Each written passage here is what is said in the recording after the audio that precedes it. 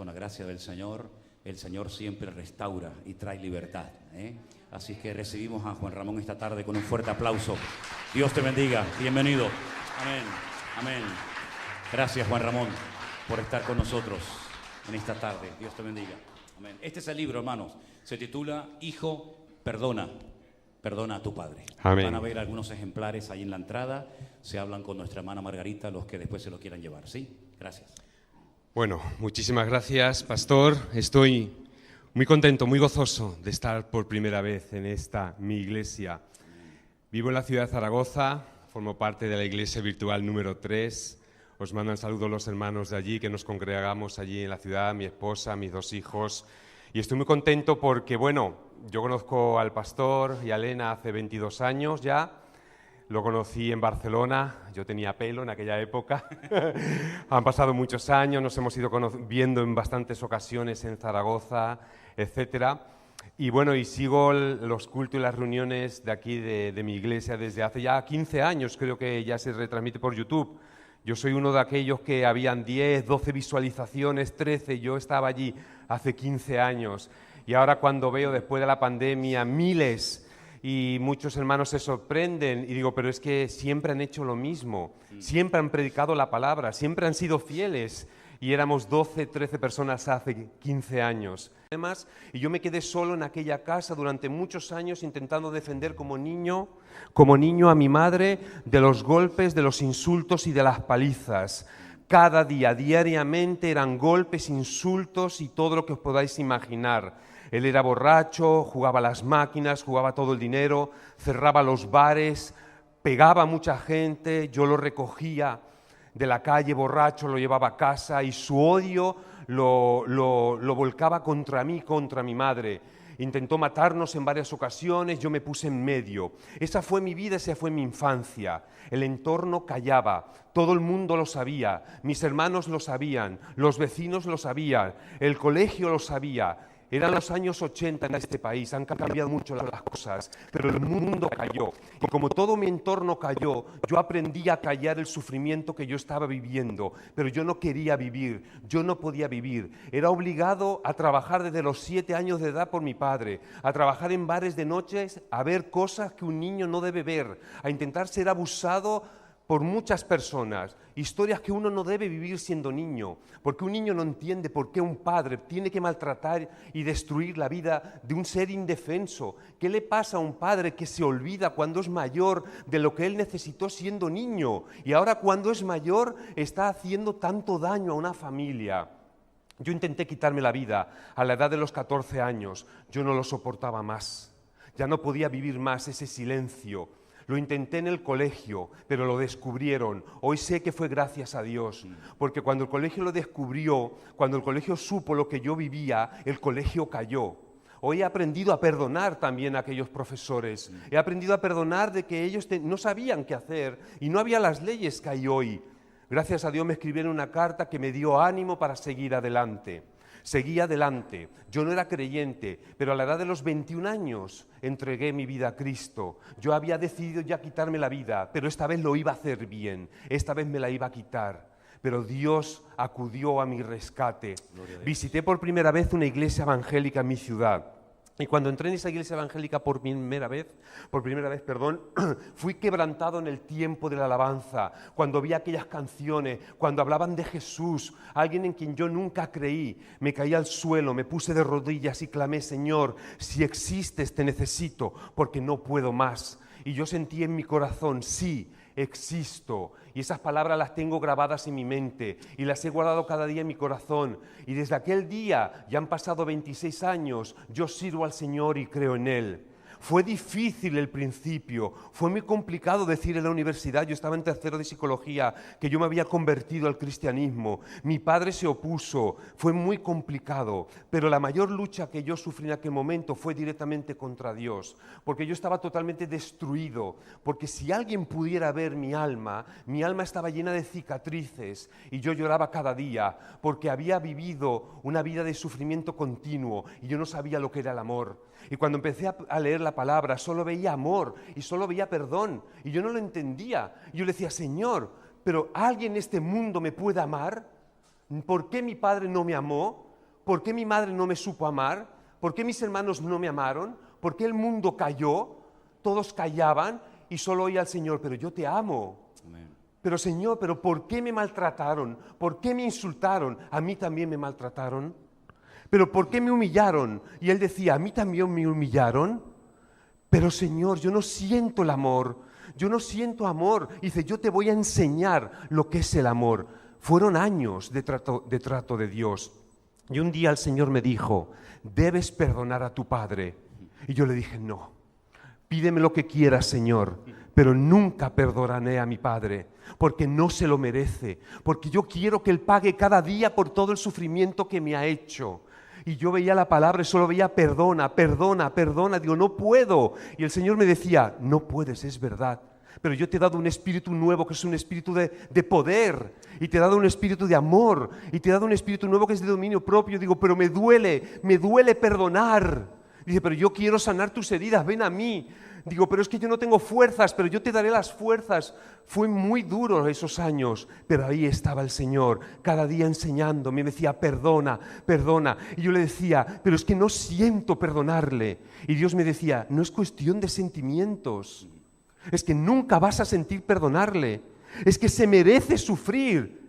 Y dice, ¿y acaso yo no te he perdonado a ti? Así es como habla nuestro Señor. Llega un momento cuando ya mi padre está muy enfermo, en el año 2013. Me llaman, porque yo ya estoy viviendo en Zaragoza, dice, me llama el médico, tu padre está a punto de morir. Me acerco hasta la ciudad, llego hasta la habitación, él está ya en semicoma. Está allí en la habitación mi madre, mi esposa, yo, 2 sobrinos más. Y ahí está entre la vida y la muerte. Pasa 4 noches de mucho sufrimiento. Y yo lo veía ahí y digo, Señor.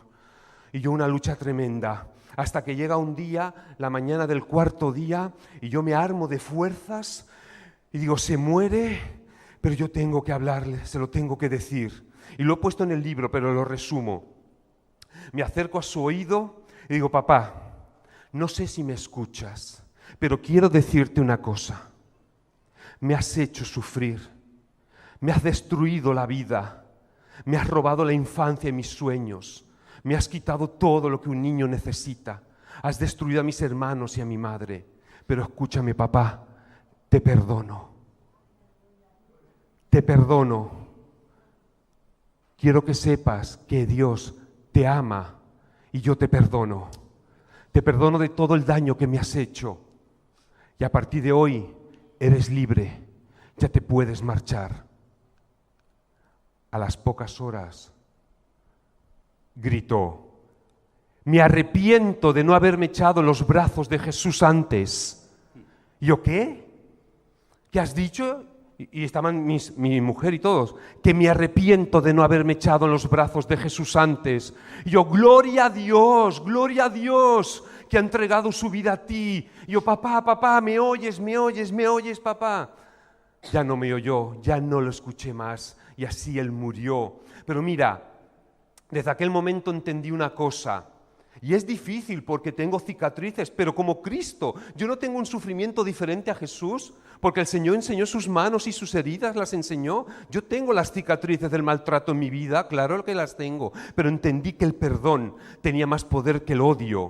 Entendí que el amor es la fuerza que es capaz de soportarlo todo en este mundo y que no debemos hacernos daño, y que para poder seguir viviendo debemos perdonar. El Señor nos dice, y acabo en 2 minutos, que aquel que pone su mano en el arado y mira hacia atrás no es apto para el reino de Dios. Y eso a mí me tocaba el corazón. Digo, Señor, pero ¿y mi caso? ¿Mi caso es especial? ¿Yo puedo ser apto para el reino de Dios? Fíjate cuánto he sufrido. No eres apto para mi reino, Juan Ramón, si miras atrás, porque o me miras a mí o miras atrás. Y si miras atrás, no me miras a mí. Entonces, si has decidido poner tu mano en el arado y has decidido mirarme a mí, olvida tu pasado, nueva criatura eres. Entonces, hermano, para terminar, puedes perdonarlo todo, debes perdonarlo todo. No mires atrás. Si has decidido poner tu mano en el arado, mira hacia adelante, mira hacia Cristo, es el que te va a sanar, Él te va a restaurar. Y en un último mensaje, último minuto, me dirijo solamente a los varones. Quiero aprovechar esta oportunidad porque sé que tiene mucha trascendencia. Sé que Dios le dice a la mujer cómo debe comportarse en el matrimonio, pero te voy a hablar de hombre a hombre. Varón, no maltrates a tu mujer. Ama a tu mujer. Respeta a tu esposa. Respeta a la pareja que está a tu lado, porque ella tiene la imagen de Dios. Cuídala. ¿Cómo la debo amar? Como Cristo cuidó a su iglesia, la cuida. ¿Acaso Cristo maltrata a su iglesia? ¿No tienes derecho, varón, a maltratar a tu mujer? ¿Acaso Cristo humilla a su iglesia? ¿No tenemos derecho los hombres a humillar a nuestras mujeres? Y maltratar no solamente es pegar, maltratar es insultar, es comparar, es llamar es gorda, no vales para nada, eres una inútil, eso es maltrato. Y yo lo voy a perseguir todos los días de mi vida. Y por último, esos niños que van a su papá insultar a su mamá. Nadie habla de esos niños, nadie hablaba de mí cuando yo era niño. ¿Dónde están esos niños en la televisión? Se hablan de mujeres maltratadas. Y gloria a Dios que ha avanzado este país. Pero ¿y los niños? Yo fui aquel niño, pero ahora soy mayor, ahora soy psicólogo, yo soy un terapeuta familiar, pero para la gloria de Dios lo hago. No quiero que ningún niño vuelva a pasar lo que yo pasé, o al menos, aprovechando este altavoz, decir: hombre, cuida a tu hijo te necesita. Un niño necesita amor, necesita abrazos, necesita caricias. No maltrates a tu esposa, no maltrates a tu hijo. No hagas con ellos lo que quizá hicieron contigo. Y no es una excusa, es que a mí me maltrataron. Ya, es que a mí me maltrataron también, pero yo tengo una esposa, llevo 20 años casado con ella, tengo 2 hijos. ¿Por qué mi esposa y mis hijos han de pagar lo que yo sufrí? No se lo merecen. Conmigo se rompió la maldición, pero ojo, la gloria es para Cristo. Él lo logró, Él lo consiguió y la gloria a nuestro Dios. Aleluya. Fuerte ese aplauso al que vive, al que restaura la vida. Ponte de pie, apláudele al Señor. Fuerte ese aplauso al Señor que vive. Aleluya. Gracias, Señor. Tú cambias las vidas. Tú nos llenas de tu amor y de tu misericordia. Gracias por tu perdón. Aleluya. Aleluya. Gracias, Señor.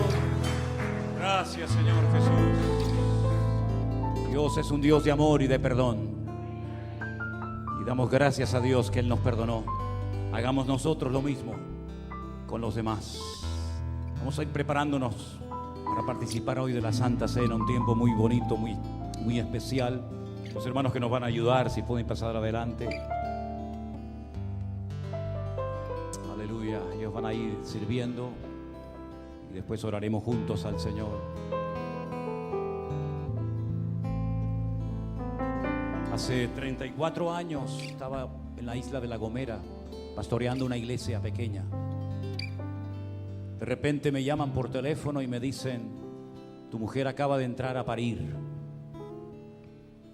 Me puse tan nervioso que no se me ocurrió otra cosa que coger un papel y un lápiz y escribir esta canción. Los hermanos van a ir repartiendo. Escuchamos la letra. Gracias al Señor, aleluya.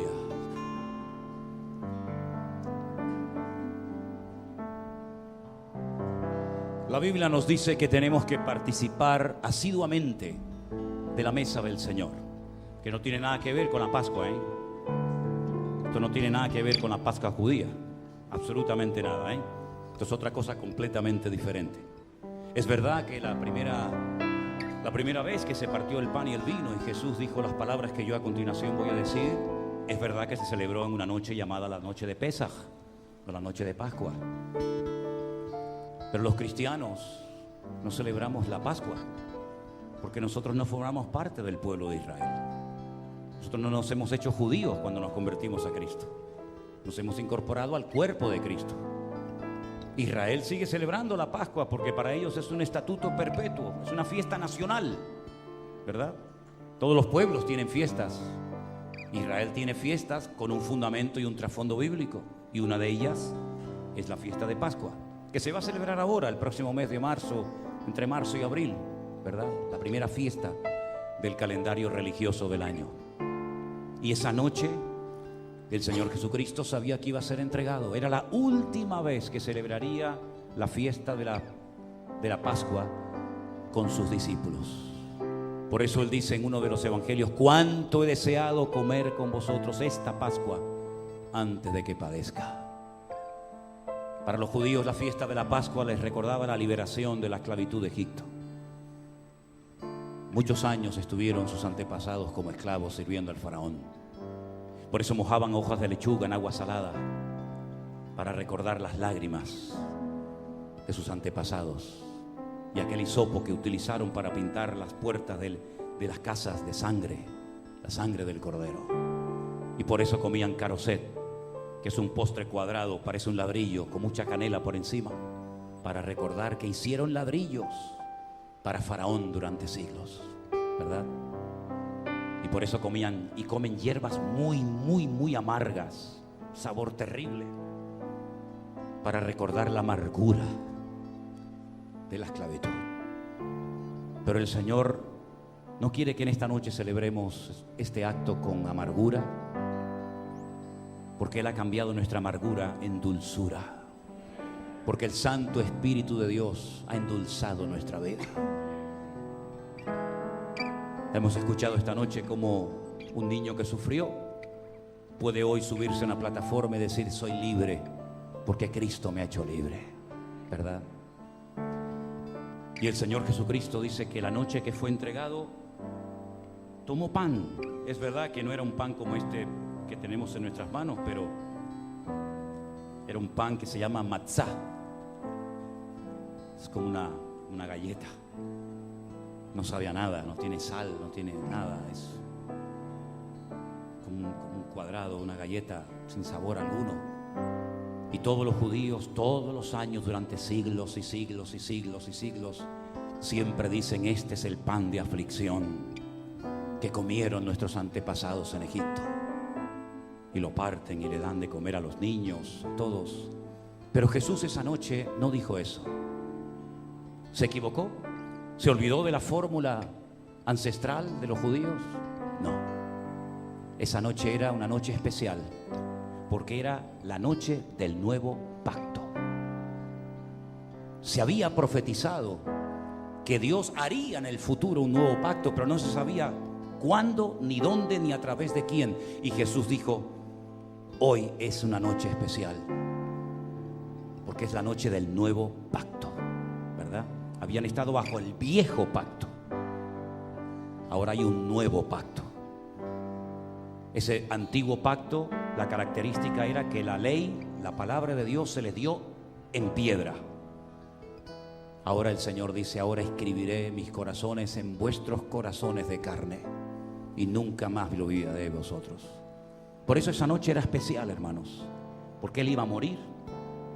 150 profecías estaban a punto de cumplirse en su persona, y por eso dice que Él tomó el pan y dijo: tomad y comed, esto es mi cuerpo que por vosotros es partido. Haced esto en memoria de mí. Participamos juntos del pan en esta noche, queridos hermanos.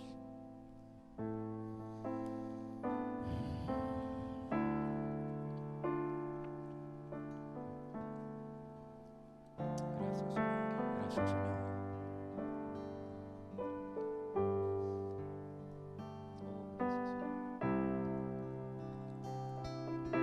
Gracias, Señor Jesús. Pero faltaba un elemento fundamental.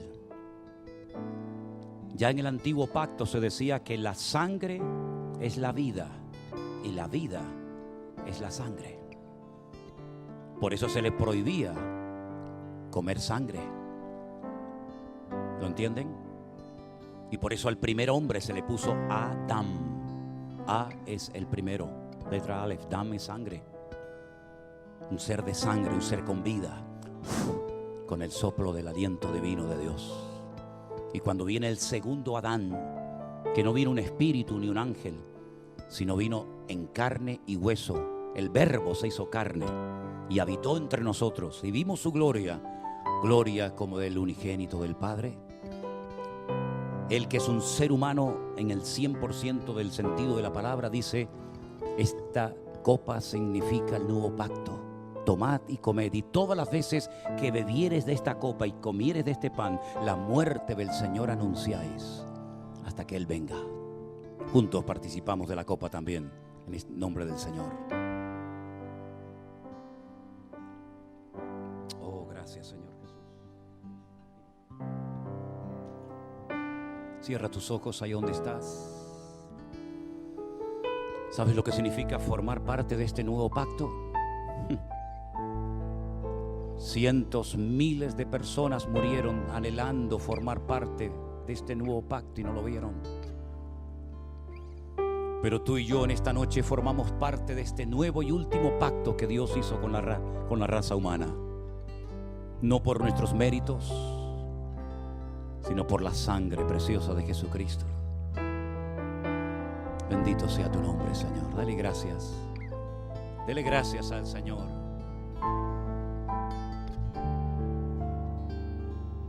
Al Rey de Reyes y al Señor de los Señores.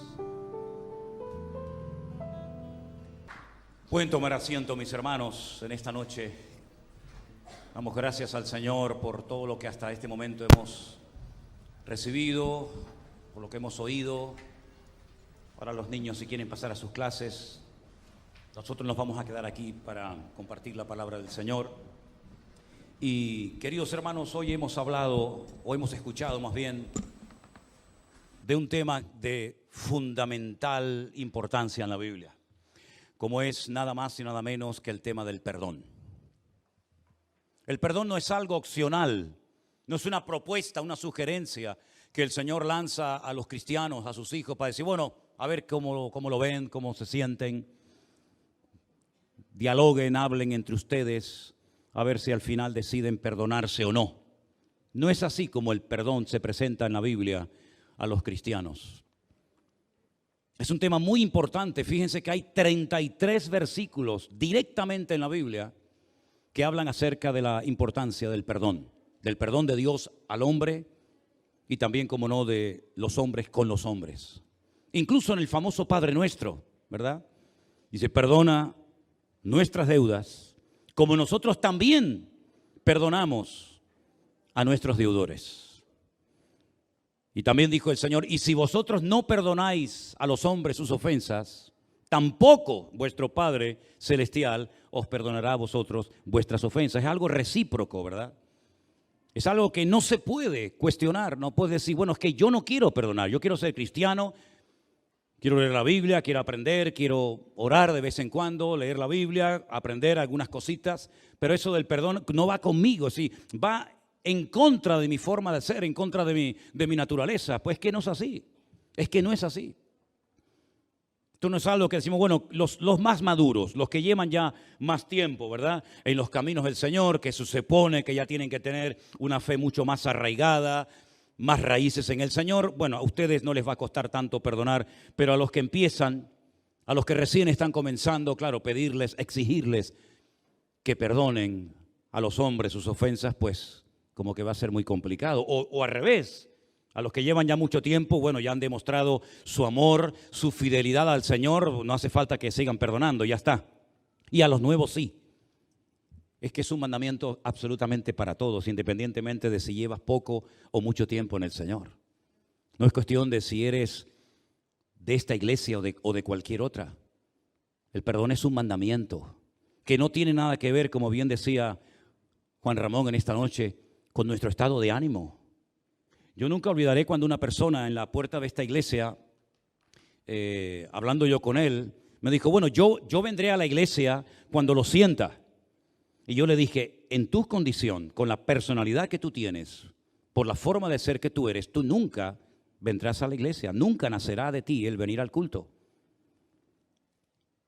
Y si nosotros comenzamos a basar desde el primer momento de nuestra vida nuestra relación con el Señor en nuestras emociones o en nuestros sentimientos, no vamos a crecer, no vamos a madurar, porque los sentimientos y las emociones son muy, muy traicioneros. Un día tendrás ganas de venir a la iglesia y otro no. Un día tendrás ganas de orar o de leer la Biblia y otro tal vez no. La vida cristiana no la puedes basar en tu estado de ánimo, en el clima, en tus sentimientos, en tus emociones. No, para nada. No funciona así las leyes del reino de Dios. Hay una serie de condiciones, de requisitos para tu crecimiento, para tu madurez, para tu desarrollo como creyente, y es que dejes a un lado tus emociones y tus sentimientos. Y no estoy diciendo que emocionarse o tener, sentimientos sea malo, ni mucho menos, porque de hecho, si te puedes emocionar y si tienes sentimientos es porque Dios te ha capacitado para poder tenerlos. Porque nos podía haber creado como las piedras, sin ningún tipo de emoción ni de reacción, ¿verdad? Pero el Señor nos ha creado con la capacidad de emocionarnos. Podemos llorar, y es bueno llorar. Y es bueno reír, y necesario. Todo eso es muy bueno, pero la Biblia dice que somos espíritu, alma y cuerpo. Y si tú basas tu vida, tu relación con el Señor en tu parte emocional, que tiene que ver con el alma más que con el espíritu, no vas a llegar a ser un buen cristiano. Vas a ser, como dice Pablo en una de las cartas que le escribe a los Efesios, un cristiano fluctuante. Un día arriba y otro día abajo. Según como la veleta, ¿no? Según donde sopla el viento, ahí se mueve a un lugar o a otro. Queridos hermanos, el perdón es una decisión personal. Yo decido perdonar en el nombre del Señor. No mi carne, no mi ego, sino mi nueva criatura, que somos nuevas criaturas en Cristo Jesús, imitando, siguiendo el ejemplo que me dio mi Señor. Yo perdono a la persona que me ofendió, yo perdono a ese padre, yo perdono a ese hijo, yo perdono a ese hermano o a quien sea. Y cuando lo hagas, te habrás comportado como Cristo se comportó durante toda su vida. Porque la vida de Cristo fue un continuo perdonar. Y murió incluso pidiendo el perdón para sus verdugos. Padre, perdónalos porque no saben lo que hacen, ¿verdad? Podía haber terminado sus días con otra expresión, pidiendo venganza, pidiendo revancha, pero no.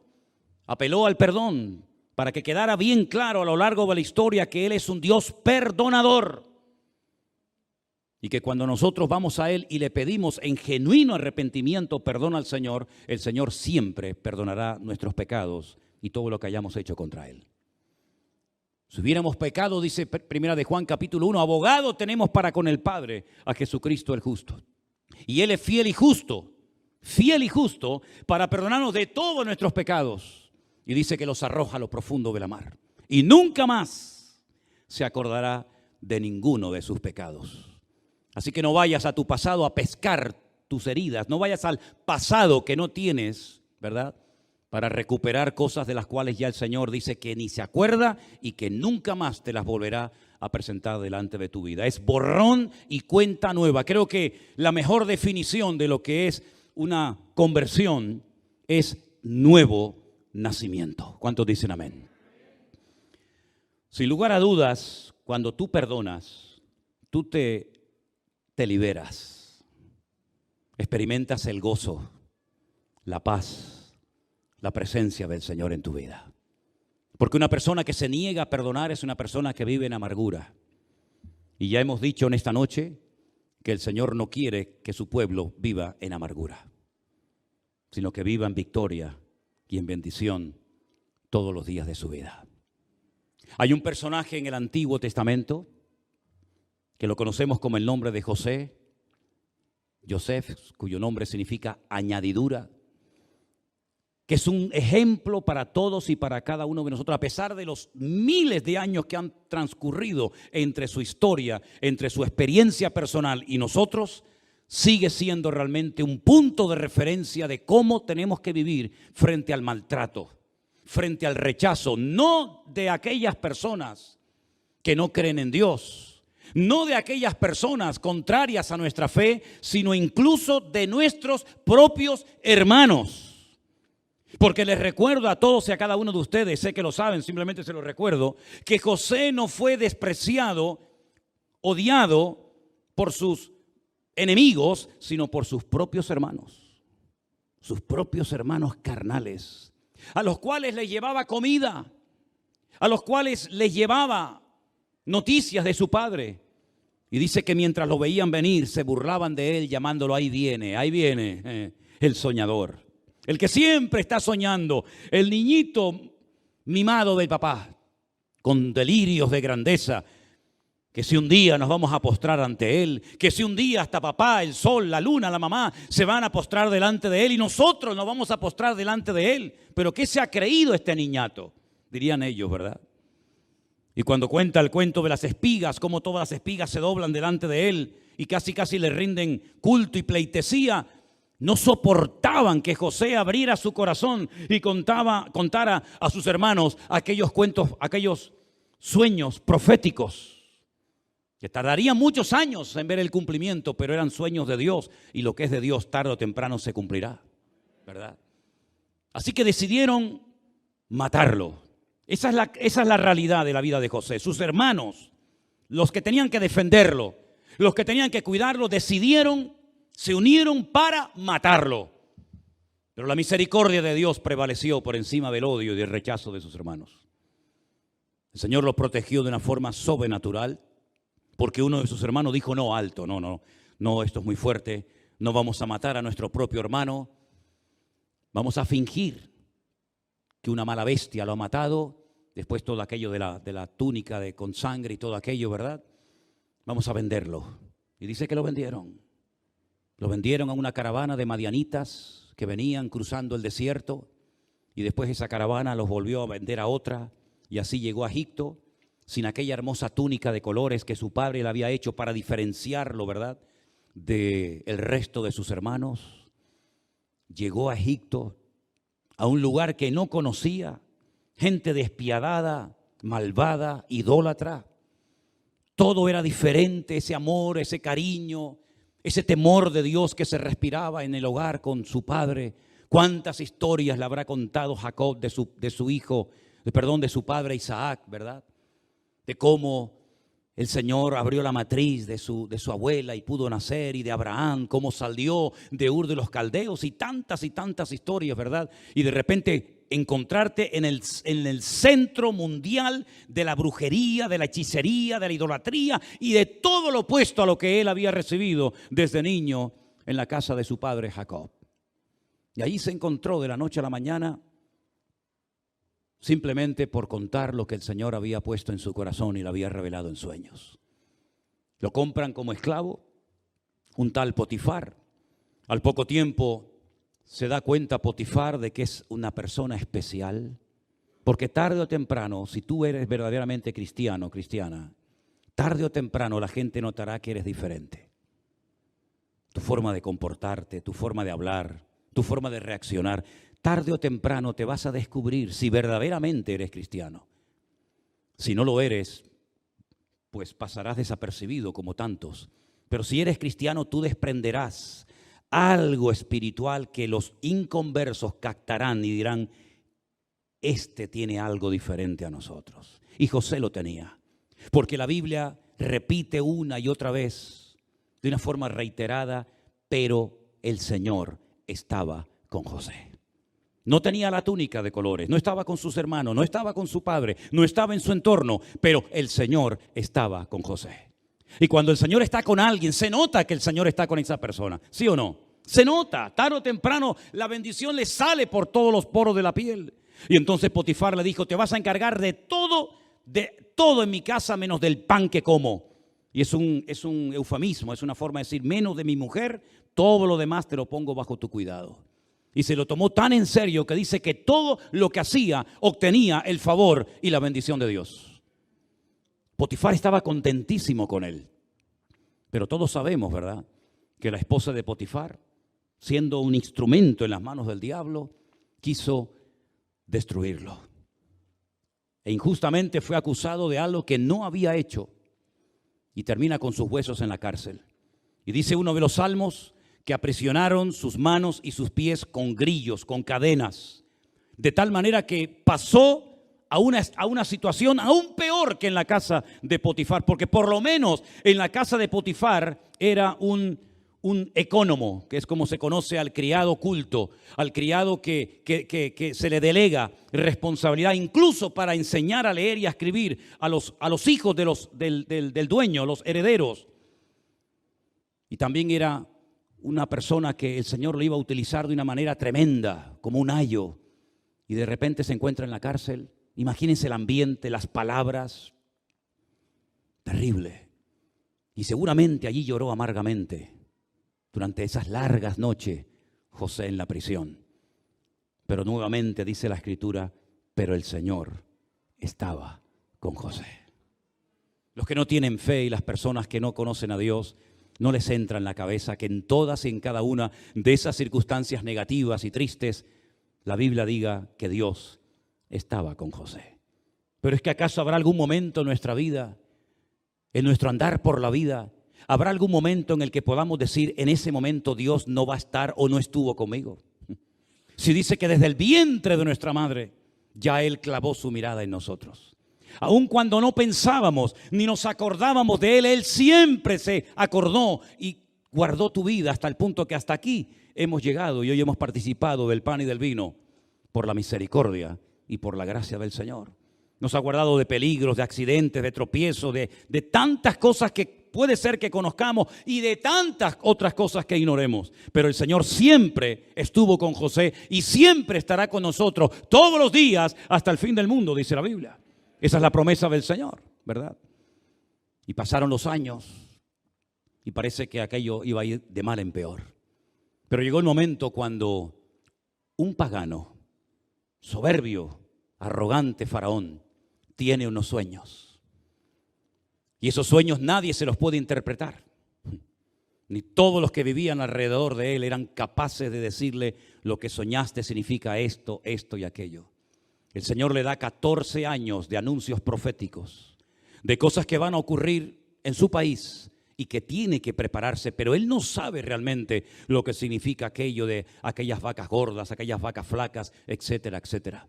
Pero alguien en la cárcel se acuerda, ¿verdad?, que él había interpretado el sueño cuando estaban el copero y el panadero. Y el Señor le dice, José le dice a uno de ellos, acuérdate de mí. Las mismas palabras del ladrón en la cruz. Acuérdate de mí.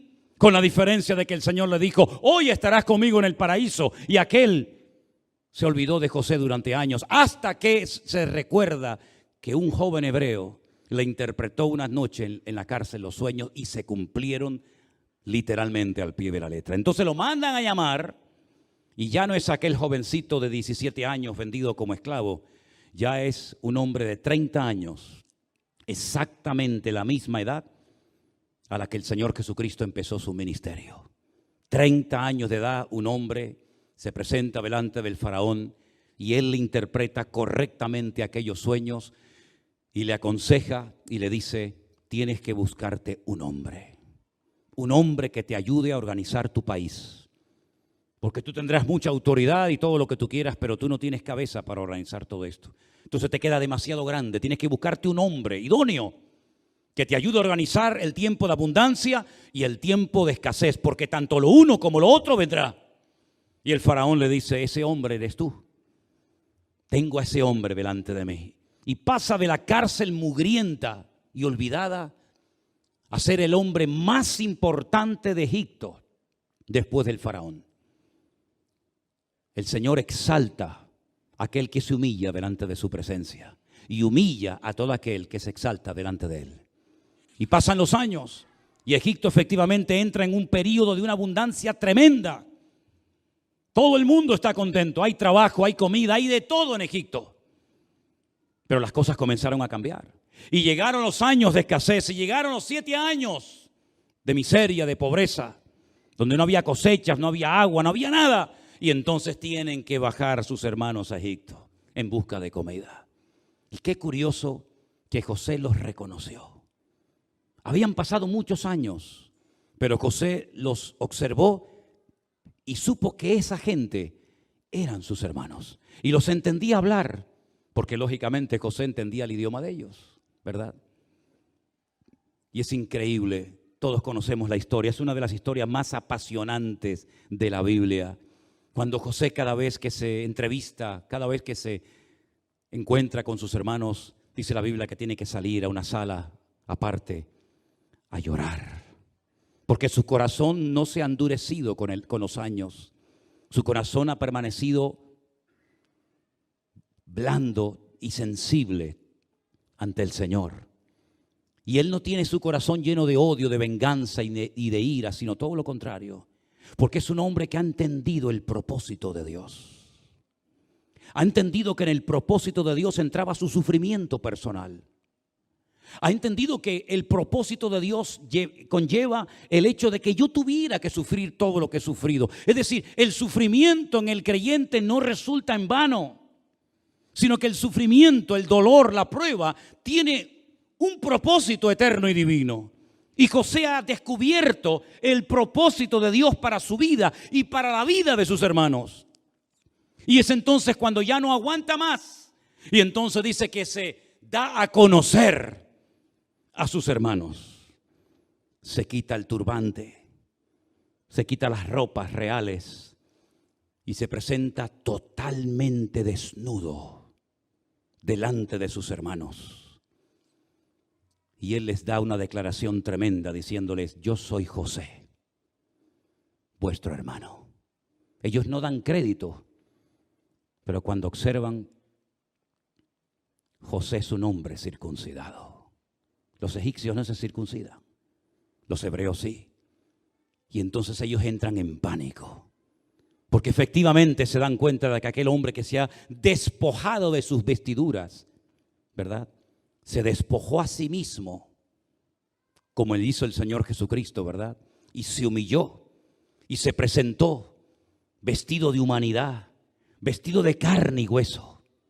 Cuando sus hermanos lo reconocen, se dan cuenta de que efectivamente José no había muerto, sino que estaba vivo y ahora tenía todo el poder y toda la autoridad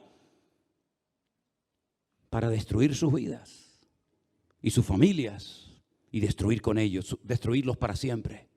Pero él les dice: no teman. Exactamente las mismas palabras que el Señor Jesucristo utilizó cuando se presentó a sus discípulos y les dijo: Shalom Aleichem, paz a vosotros, no tengáis miedo, porque yo mismo soy. ¿Cuántos dicen amén?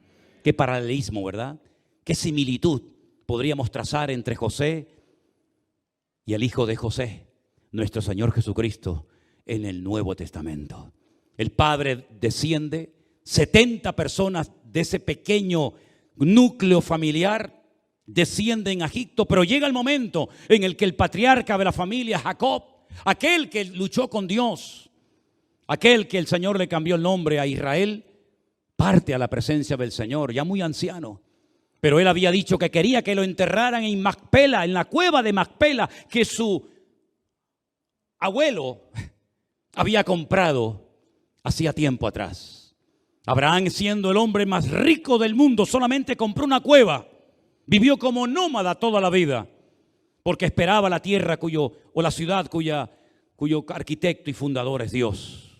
Él no quería malgastar su dinero en las cosas materiales de este mundo, porque él buscaba algo más que simplemente tierras, que simplemente territorio. Pero él compró una cueva, la cueva de Macpela, la cueva de las parejas, donde dice la tradición que están enterrados Adán y Eva, y donde hoy en día se puede visitar la tumba del patriarca Abraham y su esposa Sara, y la tumba de Isaac y Rebeca, y la tumba también de Jacob y de Lea. Raquel no, porque está enterrada en otro lugar. Y allí lo llevan al viejo, y allí lo entierran en la cueva de las parejas, en la cueva en Hebrón.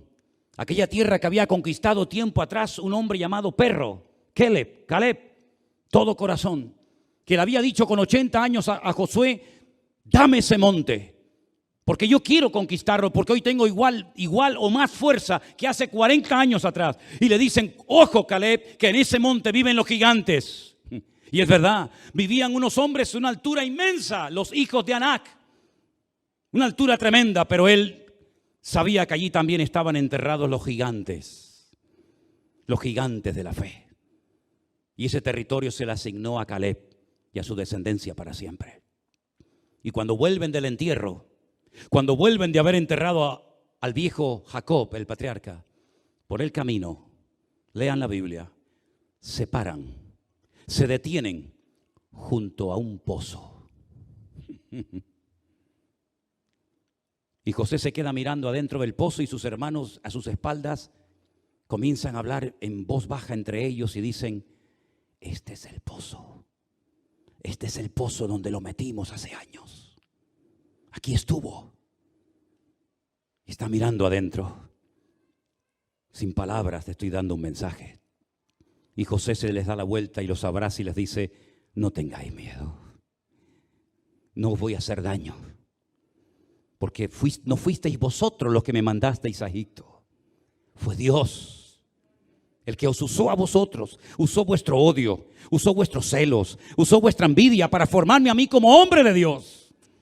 Y no tengáis miedo de que voy a tomar venganza porque ya papá no está con nosotros. Venid y vamos a abrazarnos. Y otra vez les transmite confianza. Y eso es lo que tú tienes que transmitir a la gente que te ha herido, a la gente que te ha humillado, a la gente que te ha pisoteado. Transmitirle la confianza, el amor y la bendición de Dios que mora en ti, porque Cristo está en tu corazón. ¿Cuántos dicen amén? Y entonces vemos un ejemplo de perdón extraordinario en la vida de José. Y cuando vamos al Nuevo Testamento, ¿cómo era la vida de Jesús? Solamente milagros, señales, prodigios y maravillas. Sí, es verdad. Grandes enseñanzas, mensajes extraordinarios. Miren, capítulo 5, 6, 7 de Mateo, el Sermón del Monte. Algo increíble. Pero realmente, una de las cosas que nos sorprende muchísimo de Cristo es que Él no tenía problemas para perdonar. Le dijo una vez a una mujer que la iban a apedrear. Dice la Biblia, por haberla sorprendido en el mismo acto de adulterio. ¿Y dónde estaba el hombre? Porque si la sorprendieron en el mismo acto de adulterio, si la sorprendieron con las manos en la masa, ¿dónde estaba el que estaba con ella? No aparecía, solamente ella. Y ahí vienen los religiosos. Siempre habrán religiosos en todas las épocas de la historia. Los hubo en la época de Jesús, los hay hoy en día y los seguirán habiendo, lamentablemente. Religiosos que solamente saben señalar con el dedo los defectos de los demás, pero nunca se miran a sí mismos. Saben cómo tienen que vivir los pastores y cómo no tienen que ser los pastores. Saben cómo tienen que ser los hijos de los pastores. Saben cómo tienen que ser los hijos de los demás, pero nunca se miran a sí mismos. Siempre condenando a los demás para justificarse a sí mismos, ¿verdad? Todos están equivocados menos yo, ¿verdad? Como le dijo hace años a un hombre que me dio un estudio bíblico enorme de cómo teníamos que vivir los pastores, y le dije: qué interesante, oye, qué bien instruido estás, ¿eh? Qué lástima, querido, que no sepas cómo tienes que vivir tú. Y agachó la cabeza y se fue y nunca más lo volvió a ver. Señor Jesucristo le dijo: bueno, ya que vosotros domináis tanto la ley, que parece que estáis obsesionados con la letra, el que esté libre de vosotros de pecado, porque para poder matar a esta tenéis que estar libre vosotros, si no ya me contarás. Pues que empiece a tirarle piedras. Y dice la Biblia que todos uno detrás de otro comenzaron a marcharse, uno detrás de otro. Todos se sentían acusados, ¿verdad? Qué tremendo. Y el Señor se le queda mirando a ella y le dijo: ¿dónde están tus acusadores? No ha quedado ni uno. Él dijo una palabra muy interesante: el que esté libre de pecado, que lance la primera piedra contra ella.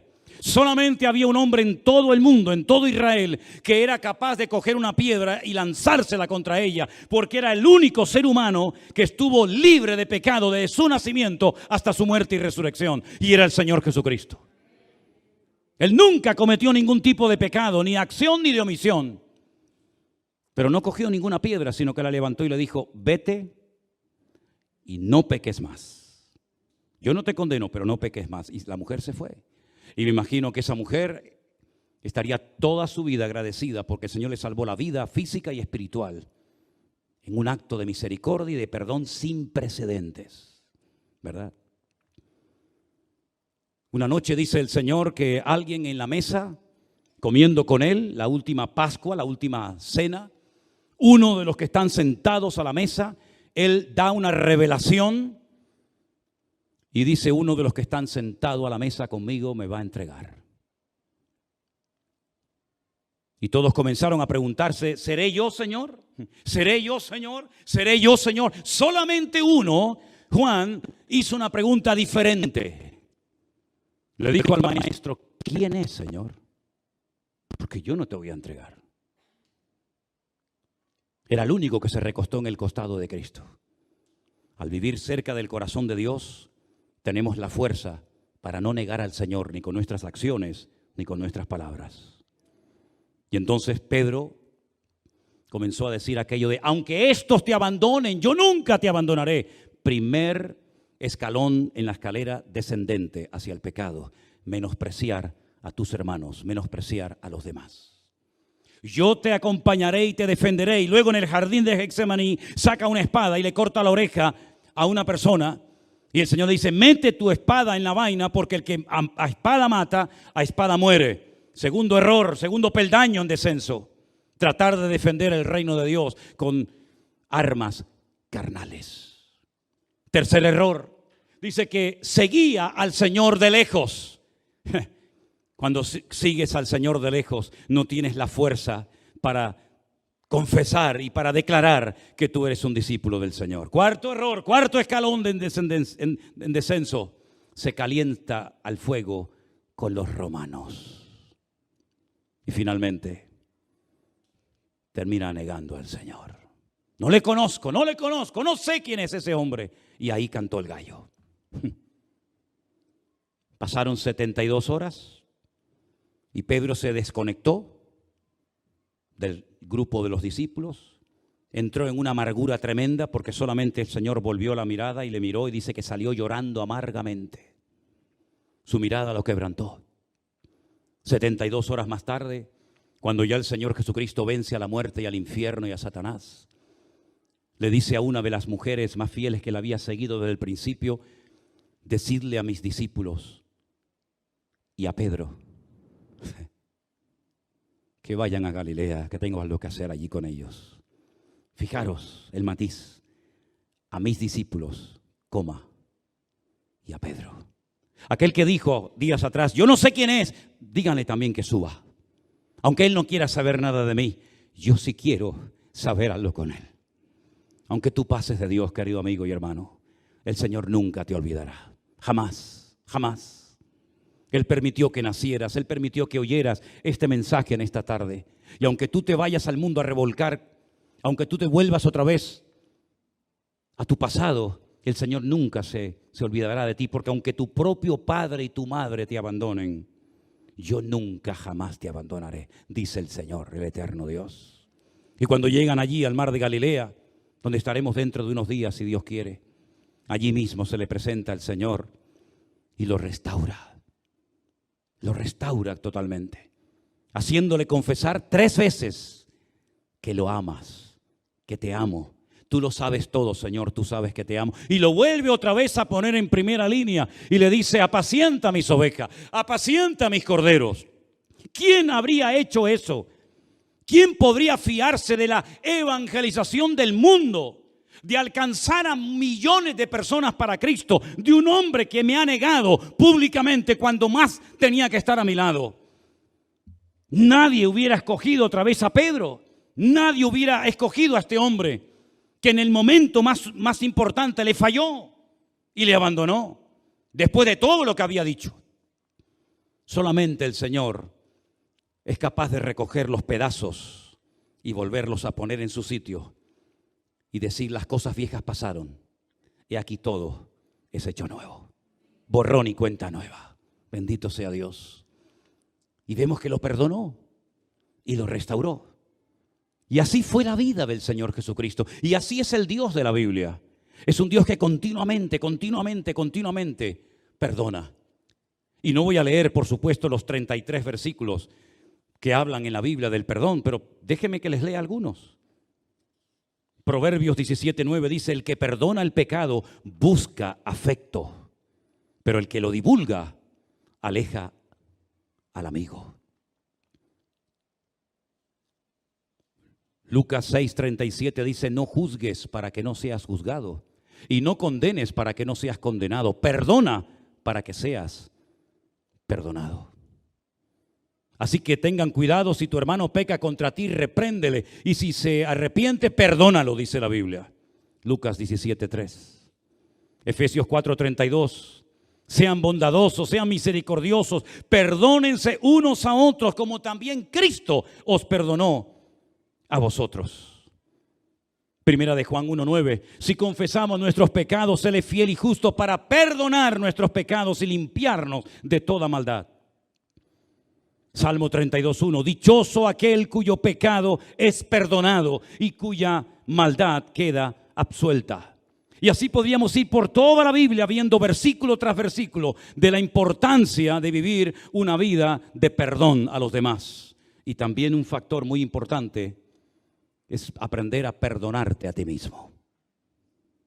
Porque sabemos que Dios siempre perdona. Él no tiene problemas para perdonar. Tal vez tú has pedido perdón a alguien, pero no te has terminado de perdonar a ti misma. Y te estás todo el santo día recordando aquel pecado que hiciste, aquella cosa mala que hiciste, y te estás torturando sin necesidad. Y en vez de vivir en la libertad gloriosa de los hijos de Dios, en la realidad de una vida nueva, estás viviendo atormentado sin necesidad.